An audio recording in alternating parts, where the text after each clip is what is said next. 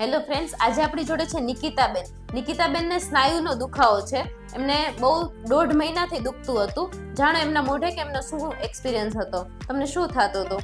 મને ઝીણું ઝીણું પેન રહેતું જ હતું, પણ આમ ખ્યાલ નતો આવતો. 2-3 ડોક્ટરની વિઝિટ કરી પણ રિઝલ્ટ સારું મળતું નતું. અમે ઇન્સ્ટામાં જોઈને પછી આવ્યો. જો એમને અહીંયા દુખે છે, મોઢું બંધ કરો. અહીંયા દુખે, અહીંયા.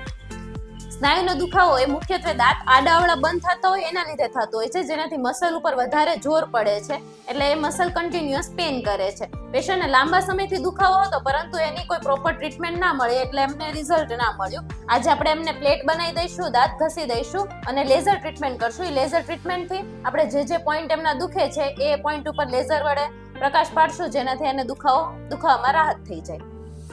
અત્યારે આપણે પેશન્ટને લેઝર આપીએ છીએ.